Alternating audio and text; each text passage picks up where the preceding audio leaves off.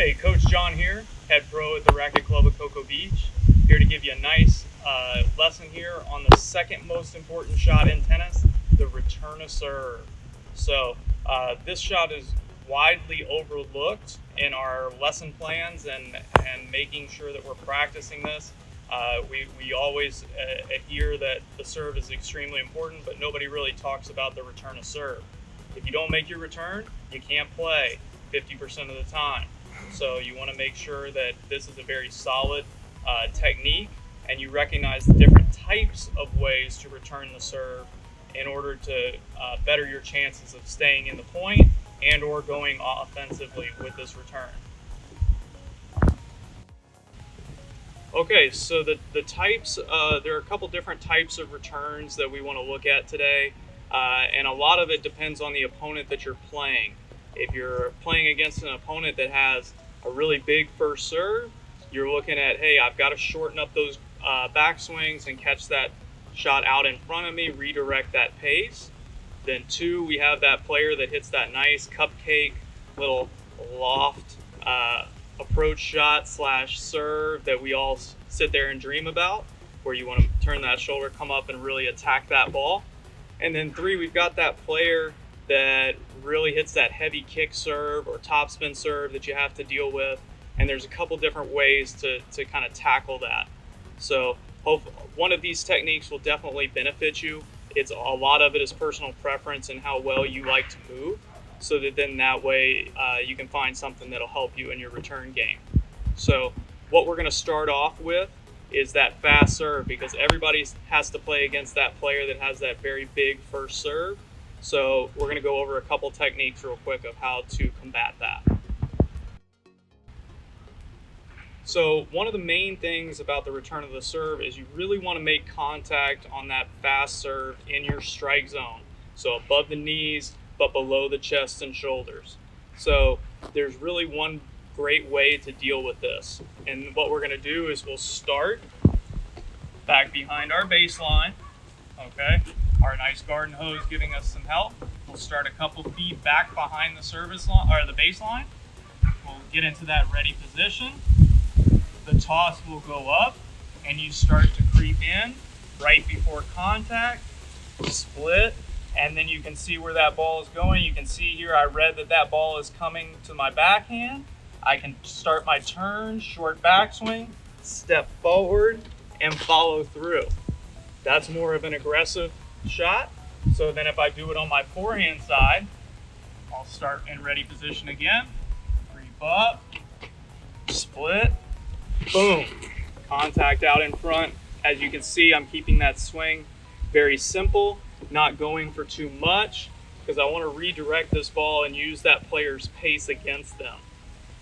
The other thing, as you can see, is just because that ball is coming fast, the number one common mistake I see is that player wants to take this thing back and try to hit it hard back. I can guarantee you that's a recipe for disaster. You'll make that contact point late unless you just perfectly time that ball. So start off shorter so you can get the feel for that pace, and then you can get better with your timing.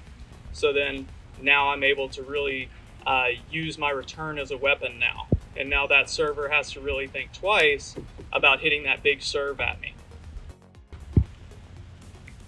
So the second technique to deal with that fast serve, if that's not working out for you, again, it's very difficult, but what you'll have to do is go ahead and you'll have to retreat a little bit further back behind that baseline. And as you can see, I'm a little bit further back now. So now it gives me just a little bit more time, maybe moving those feet a little bit more, split, and now I'm able to really hit my shot a little bit more comfortably, a little bit more natural. There's not so much movement into the shot, so I can really get myself into that nice solid base and good follow through and form and hit a more natural shot. The only main concern with this is I want to make sure that I hit that ball with a nice level of clearance over the net, because if it's too low, remember I'm moving back into the court deeper. So if I only clear the net by, let's just say, an inch or two, now my ball is landing on the service line and that player is now moving forward to hit their next shot, which is again not something that I want to look forward to. So now we're going to move on to everybody's dream shot, and that is the player that hits that nice little cupcake serve that we all dream about. So what we're going to do here is, again, a common mistake is that player hits that serve only about maybe midway in between the net and that service line, so that ball's kind of short. So, however, for some reason I see a lot of players, they stay back behind that baseline before that serve is even hit, even though it's going to be short. What happens in this situation is that player tends to have to run, and again, now they hit that ball out of that strike zone, and then they make some mistakes.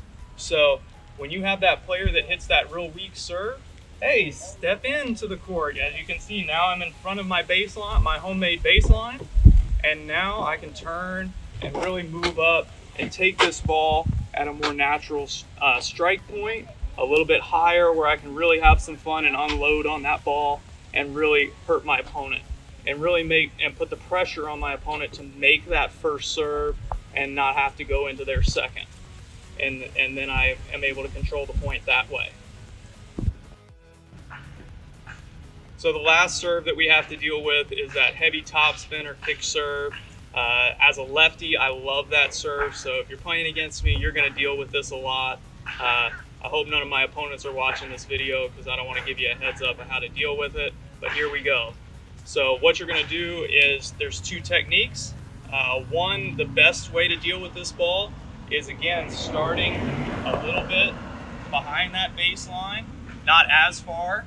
But what we're going to do is we're going to kind of set up in that ready position, and then when that toss goes up, I'm going to creep back in, split, and get into that court because I want to try to take this ball on the rise before that kick has a chance to get up over my shoulders or get up out of my strike zone, so that then I can take this on the rise and be aggressive with it and really try to keep it from hurting me.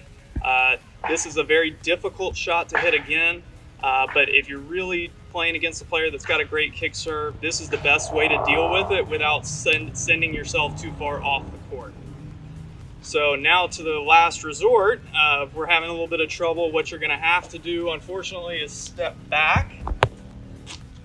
And what I like to do if you're on the deuce side of the court is really kind of cut the corner of that court. And again, you can see I'm back behind that baseline. And so now I can sit here, split, and deal with that ball in a little bit more natural space. The only con to this is if you've got a nice lefty or somebody that's got some nice spin, especially a lefty that's going to pull you out this way off the court, you better hit a good shot, and because we're coming in to finish that point. Especially for you righties, you're looking more on the ad side, that where this can really hurt you. So again, you would really want to try to stand on that caddy corner and look back a little bit, so that then now that ball is able to be more into that strike zone. So just to review, we've gotten our two techniques, or maybe even three techniques of how to return the serve. So remember, looking to move forward, take that ball in your strike zone. It's very, very important. That's your number one goal. Making nice contact out in front of you and making it as natural of a stroke as possible. If you have to back up, back up. And then that way you can deal with it in that strike zone. Hey, and guess what? If we all get that nice, easy serve, I better see you moving forward before that serve even comes in, so that way you can really step up and win your next match. So I hope you have enjoyed these great tips, and you can put some of these into your game. Some great ways to practice this is really just shadow stroking. Unfortunately, when it's just us in quarantine, it's just yourself.